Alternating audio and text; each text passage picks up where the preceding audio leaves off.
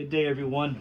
Short video on how you'll utilize the H900 heater with your Hamilton ventilator to do high flow O2. You can see the two Hamilton ventilators we have in the picture. The one on the left is the machine that you will be using primarily.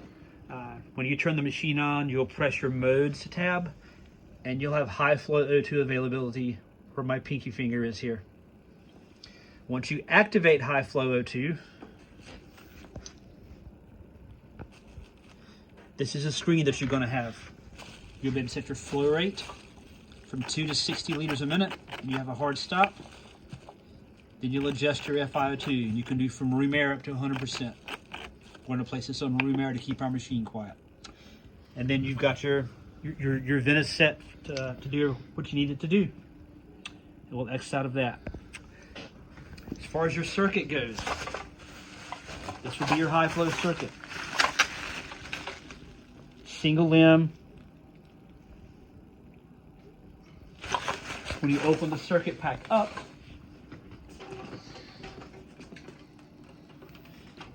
this is what you'll have. To place this into the heater, notice these two connections on the back side. Notice on the heater, these two connections. So you'll take this water basin, place it onto the plate, and just gently slide back until you feel it click. And that will make connections with the heater itself. The short piece of tubing you'll connect to your ventilator on the inspiratory port.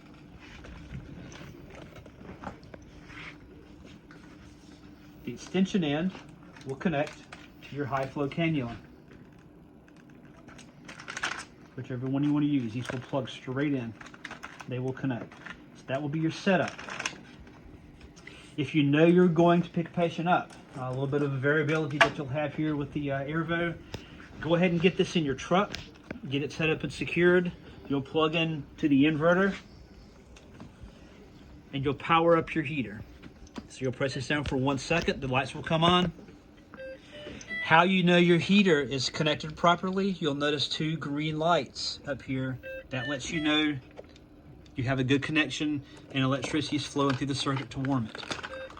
If there's a red light, you know the circuit connection's not good, you'll need to reposition this. So when your heater powers up, you're in high flow O2, you're at 33 degrees of temperature with a +2 gradient. That's perfectly normal for this. If you're not connected to the patient, you'll want to come to your power control and just press it for a brief second.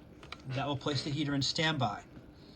Your heater will still be heating to 28 degrees Celsius in standby. So it's still going to be warm. You'll want to leave it there until you get to your destination and go to pick your patient up. That will ensure that the circuit's going to be warm. You'll also need to connect this water bag. This is going to be your sterile water. Just like using an IV bag and spiking it. Take it out of the package. You've got your pigtail here. Here is your spike that's going to go into the bag. This will auto feed. When the basin fills up to this black max line, flow will stop. So this is going to be gravity fed and it will auto feed, so you don't need to put a pressure bag or anything on this. Just keep it above the heater and let gravity do its job and you'll be fine.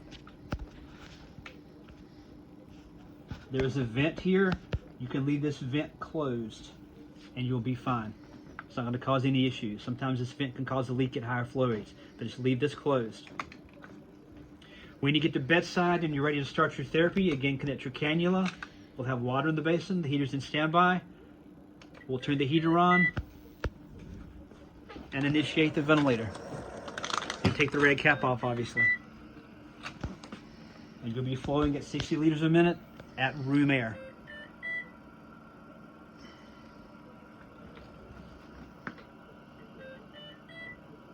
When you move from the bedside, of course your heater is going to be turned off.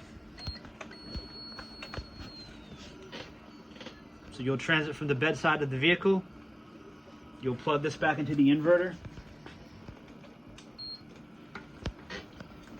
And then you'll simply turn your heater on. And you'll pick right back up where you left off.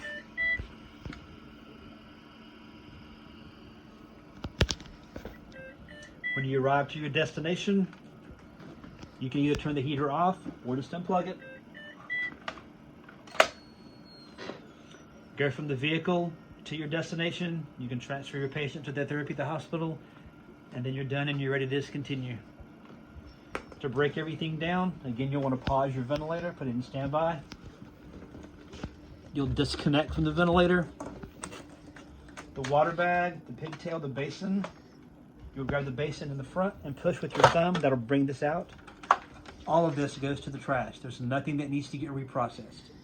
Nothing. Trash can. Wipe your heater down, wipe your vent down, let it dry. You're ready to go back in service.